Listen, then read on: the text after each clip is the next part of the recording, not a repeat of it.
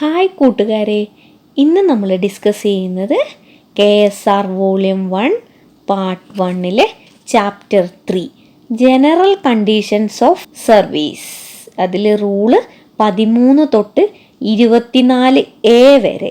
ഈ ചാപ്റ്ററിൽ നിന്ന് 2-3 ക്വസ്റ്റ്യൻസ് എന്തായാലും ഉണ്ടാകുന്നതാണ്. ഗവൺമെൻറ് സർവീസിൽ അപ്പോയിൻറ്റഡ് ആകുന്ന എല്ലാവരും തന്നെ ആരോഗ്യസ്ഥിതി വ്യക്തമാക്കുന്ന മെഡിക്കൽ സർട്ടിഫിക്കറ്റ് പ്രൊഡ്യൂസ് ചെയ്യേണ്ടതാണ്. ഈ certificate civil medical officer of rank not lower than a civil surgeon or honorary medical officer of civil surgeon's rank or the director of indigenous medicine certify ചെയ്ത certificate ആയിരിക്കണം. എന്നാൽ ചില ആളുകൾക്ക് medical certificate produce ചെയ്യേണ്ടതില്ല. 6 മാസത്തിൽ കുറവ് കാലാവധിയിൽ temporary വേക്കൻസിയിൽ ജോലി ചെയ്യുന്ന ലാസ്റ്റ് ഗ്രേഡ് സർവൻറ്റ്. 3 മാസത്തിൽ കുറവ് കാലാവധിയിൽ ടെമ്പററി വേക്കൻസിയിൽ ജോബ് ചെയ്യുന്ന ലാസ്റ്റ് ഗ്രേഡ് സർവൻറ്റ് അല്ലാത്തവർ. 3 മെഡിക്കൽ എക്സാമിനേഷൻ അവരുടെ കോമ്പറ്റിറ്റീവ് എക്സാമിൻ്റെ ഭാഗമായി നടത്തപ്പെടുന്നവർ. എക്സാമ്പിളായിട്ട് പോലീസ്, എക്സൈസ് തുടങ്ങിയവർ. അവർക്ക് മെഡിക്കൽ എക്സാമിനേഷൻ ഉണ്ട്. അതുകൊണ്ട് തന്നെ അവർക്ക് മെഡിക്കൽ സർട്ടിഫിക്കറ്റ് പ്രൊഡ്യൂസ് ചെയ്യേണ്ടതില്ല. റിട്ടയർഡ് ആയിട്ടുള്ള ഒരു ഓഫീസർ റീഎംപ്ലോയിഡ് ഇമ്മീഡിയറ്റ്ലി ആഫ്റ്റർ റിട്ടയർമെൻറ്റിന് ശേഷം വേഗത്തിൽ തന്നെ റീഎംപ്ലോയിഡ് ആവുന്ന ഓഫീസർമാർക്ക് മെഡിക്കൽ സർട്ടിഫിക്കറ്റിൻ്റെ ആവശ്യം ഇല്ല. ഓൾറെഡി മെഡിക്കൽ എക്സാമിൻ ചെയ്തിട്ടുള്ള ഒരു ടെമ്പററി ഓഫീസർ ഒരു ഓഫീസിൽ നിന്നും മറ്റൊരു ഓഫീസിലേക്ക് ട്രാൻസ്ഫർ ആവുക വിതൗട്ട് ബ്രേക്ക് ഇൻ സർവീസ്. അങ്ങനെയുള്ളവർക്കും മെഡിക്കൽ സർട്ടിഫിക്കറ്റിൻ്റെ ആവശ്യം ഇല്ല. എന്നാൽ മെഡിക്കൽ സർട്ടിഫിക്കറ്റ് പ്രൊഡ്യൂസ് ചെയ്യേണ്ട കേസുകളും ഉണ്ട്. ഒരു പേഴ്സൺ റീഎംപ്ലോയിഡ് ആഫ്റ്റർ റെസിഗ്നേഷന് ശേഷം വീണ്ടും റീഎംപ്ലോയിഡ് ആവുകയാണെങ്കിൽ അവർ മെഡിക്കൽ സർട്ടിഫിക്കറ്റ് പ്രൊഡ്യൂസ് ചെയ്യണം. ഒരു നോൺ ക്വാളിഫയിങ് സർവീസിൽ നിന്നും ഗവൺമെൻറ് സർവീസിലേക്ക് വരുന്ന ഒരാൾ മെഡിക്കൽ സർട്ടിഫിക്കറ്റ് പ്രൊഡ്യൂസ് ചെയ്യണം. റൂൾ 13 ഇത്രയും കാര്യങ്ങൾ പറഞ്ഞിരിക്കുന്നത്. ഈ ഭാഗത്തുനിന്ന് എക്സാമിന് എപ്പോഴും ക്വസ്റ്റ്യൻസ് ചോദിക്കുന്നതാണ്, ശ്രദ്ധിച്ച് പഠിക്കുക. അതുപോലെ തന്നെ അടുത്തത്, പുതിയതായിട്ട് ജോലിക്ക് ജോയിൻ ചെയ്യുന്ന ഒരാൾ ജോയിൻ ചെയ്യുന്ന അന്ന് തന്നെ സ്പാർക്കിൽ രജിസ്റ്റർ ചെയ്യേണ്ടതാണ്. സ്പാർക്കിൽ രജിസ്റ്റർ ചെയ്യാനുള്ള ഫോം നമ്പർ 15 ആണ്. സ്പാർക്കിൻ്റെ ഫുൾ ഫോം എല്ലാവർക്കും അറിയാം. Service and payroll administrative repository for Kerala. ഇത് എക്സ്പ്ലെയിൻ ചെയ്യുന്ന റൂള് 13A. ഇത് എക്സാമിനൊക്കെ ചോദിച്ചിട്ടുള്ളതാണ്. അപ്പോൾ എല്ലാവരും നോട്ട് ചെയ്ത് വെക്കുക. 14 നോട്ട് 1 പറയുന്ന കാര്യമാണ്. അതായത് 3 ലേറ്റ് അറ്റൻഡൻസ്, അതായത് പെർമിഷൻ ഇല്ലാതെയുള്ള ലേറ്റ് അറ്റൻഡൻസ് വന്നു കഴിഞ്ഞിട്ടുണ്ടെങ്കിൽ ഒരു കാഷ്വൽ ലീവ് കൊടുക്കേണ്ടതാണ്. കാഷ്വൽ ലീവ് മാത്രമേ ഇതിന് കൊടുക്കാൻ സാധിക്കുകയുള്ളൂ. കാഷ്വൽ ലീവ് ഇല്ല കൊടുക്കാനെങ്കിൽ അവിടെ ഡിസിപ്ലിനറി ആക്ഷൻ വരെ നേരിടേണ്ടി വരും. അതേസമയം പെർ ഇയർ ലേറ്റായിട്ട് വന്നത് 3-ൽ കുറവ് ദിവസങ്ങളാണെങ്കിൽ, എക്സാമ്പിൾ 2 ദിവസമാണ് പെർമിഷൻ ഇല്ലാതെ ലേറ്റായി വന്നിട്ട് ഉള്ളത് എങ്കിൽ അത് നമ്മൾ കൺസിഡർ ചെയ്യില്ല. ഈ ഭാഗത്തുനിന്ന് എപ്പോഴും ക്വസ്റ്റ്യൻസ് ചോദിക്കുന്നതാണ്. ഡിസിപ്ലിനറി ആക്ഷൻസ് എടുക്കുന്നത് Kerala civil service rule CC&A rule 1960 പ്രകാരമായിരിക്കും. അടുത്തത് റൂൾ 14A ആണ്. ഇതിൽ എക്സ്പ്ലെയിൻ ചെയ്തിരിക്കുന്നത് ഡയസനോൺ ആണ്. ഡയസനോൺ നിലവിൽ വന്നത് 10th January 2002 ആണ്. ഇത് ഓർത്ത് വെക്കാൻ ഒരു വഴിയുണ്ട്. 1001-2002 10-1-2002 10th January 2002. ഡയസനോൺ എന്ന് പറഞ്ഞിട്ടുണ്ടെങ്കിൽ unauthorised absence in office for participation in strike. ഡയസനോണിൽ പങ്കെടുക്കുന്ന ആൾക്ക് പേ ആൻഡ് അലവൻസസ് ലഭിക്കുകയില്ല. Not count for earn leave but it is count for increment and half pay leave. ഇതെപ്പോഴും എക്സാമിന് ചോദിക്കുന്നതാണ്.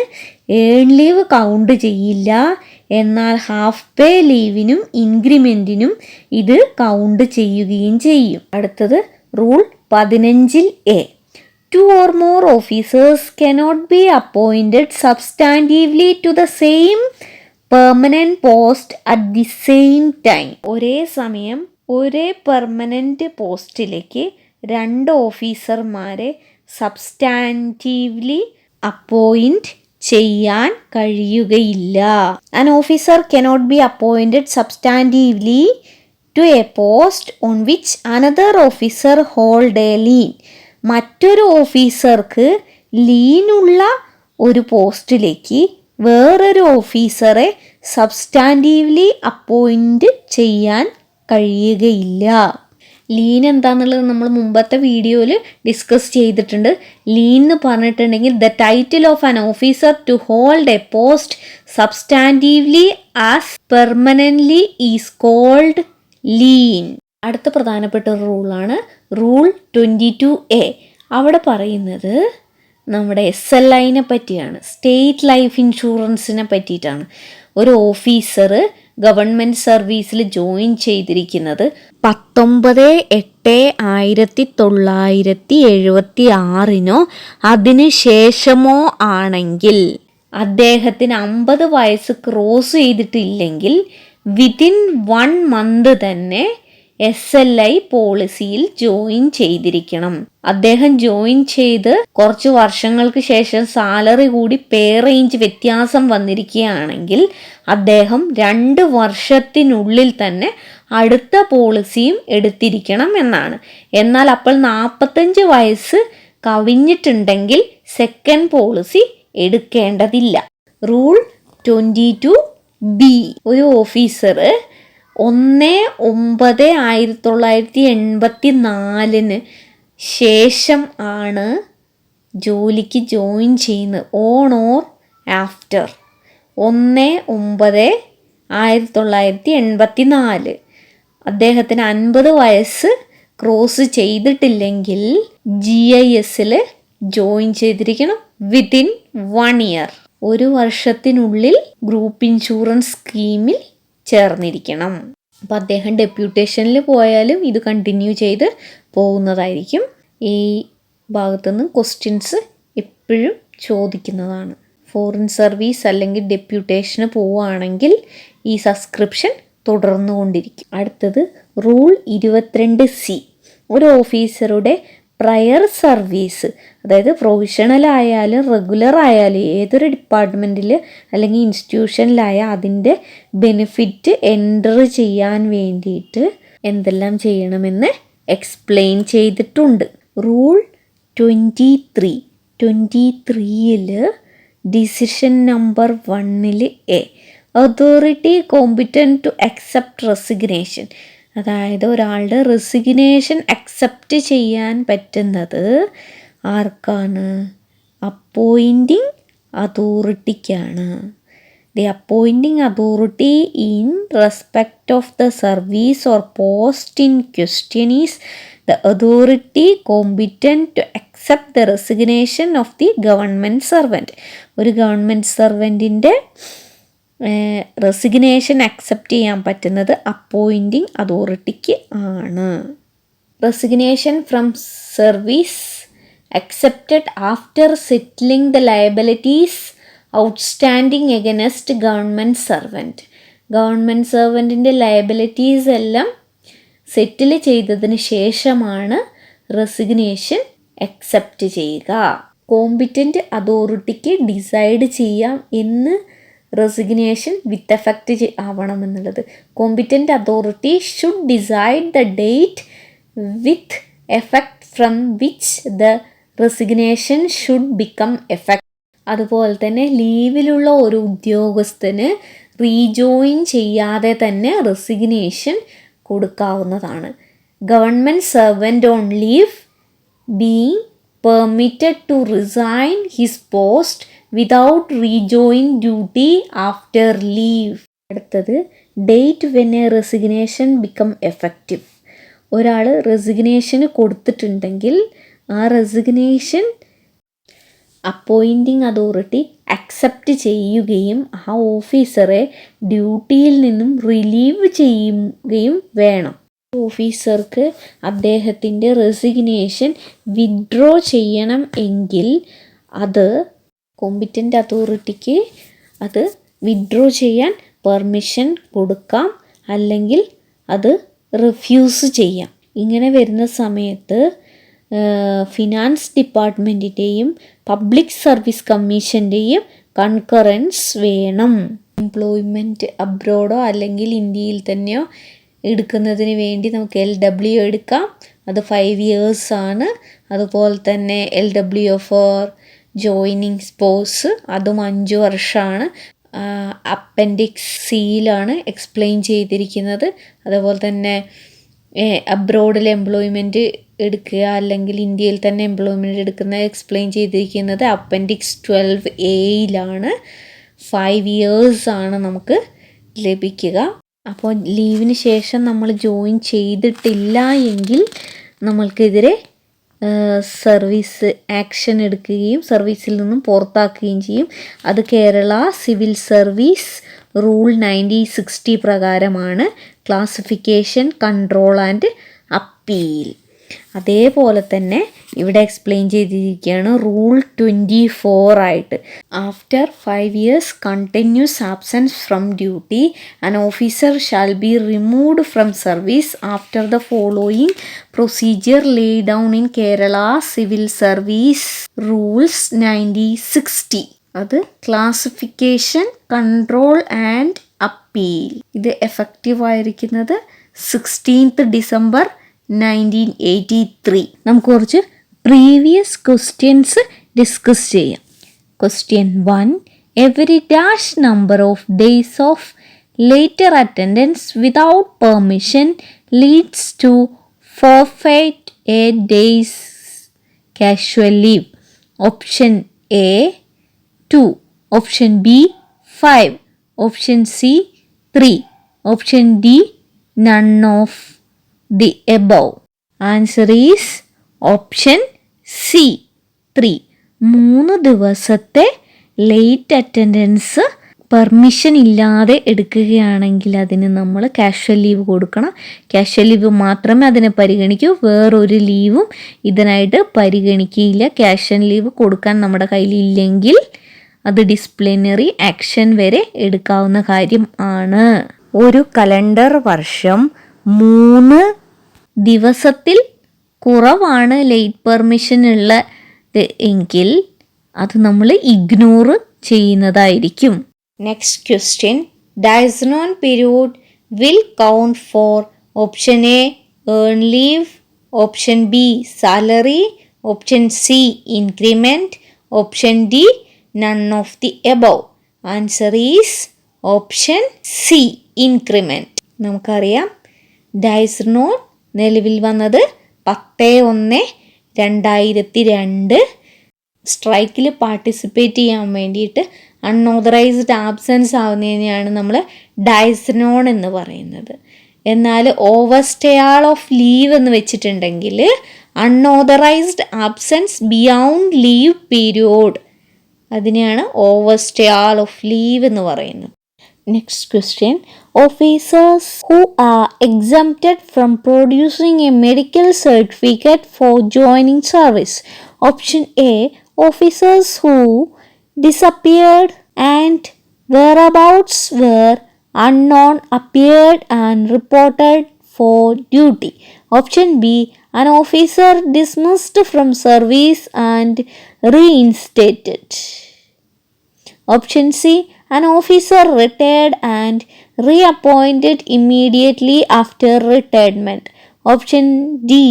An officer resigned from service and withdrew the resignation. Answer is option C. An officer retired and reappointed immediately after retirement. Next question. An officer cannot be appointed dash to a post in which another officer holds a lien. Option A, in an officiating capacity. Option B, temporarily. Option C, substantively. Option D, none of the above. Answer is option C, substantively. Next question. An officer after continuous absence of 5 years shall be removed from duties following the procedure laid down in the option A, KS and SS rules. Option B, Kerala Service Rules. Option C, Kerala Government Servants Conduct Rules. Option D, KCS, CC and A rules. Answer is option D, KCS, CC and A rules. നമുക്കറിയാം ഈ rule 1960s റൂളാണെന്ന്. Next question. When an employee wishes to withdraw resignation, it may either be permitted or rejected, but when a request for withdrawal which has already become effective is accepted, the concurrence of which authority is required? Option A, Finance. Option B, Kerala Public Service Commission. Option C, Account General. Option D, both Finance and Public Service Commission. Correct answer is option D, both Finance and Public Service Commission. Question. The minimum service required for availing NRA from GPF account is option A, 10 years. Option B, 15 years. Option C, 20 years. Option D, none of the above. Correct answer is option A, 10 years. Question. Resignation of an appointment to take up another appointment. The service in which counts the not resignation from public service. The break between the two appointments should not exceed A, 7 days. B, 14 days. C, the minimum joining time plus public holidays. D, none of the above. Correct answer is option C, the minimum joining time plus public holidays. Next question. When an employee crosses one pay range to the next higher range, he shall take additional state life insurance policy within 2 years of his coming to the next higher pay range, but this condition shall not apply to an employee who has attained the age of dash years at the time of crossing over to the next higher range. Option A, 50. Option B, 45. Option C, 55. Option D, none of the above. Correct answer is option B, 45. Next question. Period of Dyson will not count for A, earned leave. B, pension. C, increment. D, half pay leave. Answer is option A, earned leave. സ്ട്രൈക്കിന് absence ആയി കഴിഞ്ഞിട്ടുണ്ടെങ്കിൽ earn leave count ചെയ്യുകയില്ല. എന്നാൽ ഇത് ഇൻക്രിമെൻറ്റിനും half pay ലീവിനും count ചെയ്യും. Next question. Every employee who enter government service on or after dash shall enroll as a member of the group insurance scheme. Option A, 1st April 1980. Option B, 1st April 1984. Option C, 1st September 1980. Option D, 1st September 1984. Correct answer is option D, 1st September 1984. ഇത് ഓർത്ത് വെക്കാൻ എളുപ്പമാണ്. 1984. Next question. Condition for acquiring lien. Option A. Post must be permanent and officer must be given confirmation. Option B. Temporary post and probation declared. Option C. Post permanent and 3 years of service. Option D. None of the above. Correct answer is option A. Post must be permanent and officer must be given confirmation. Next question. Probation may be declared in attaining the age of dash even if no obligatory test passed. Option A 40, option B 45, option C 50, option D 51. Correct answer is option C 50. നമുക്കറിയാം obligatory department test എഴുതാൻ 2 പ്രാവശ്യം TA ലഭിക്കുന്നതാണ്. Exam എഴുതുന്ന ദിവസങ്ങളെ duty ആയിട്ടാണ് consider ചെയ്യുക. Next question. The kind of leave that shall be fortified for every 3 days late attendance. Option A leave without allowance, option B casual leave, option C half pay leave, option D earn leave.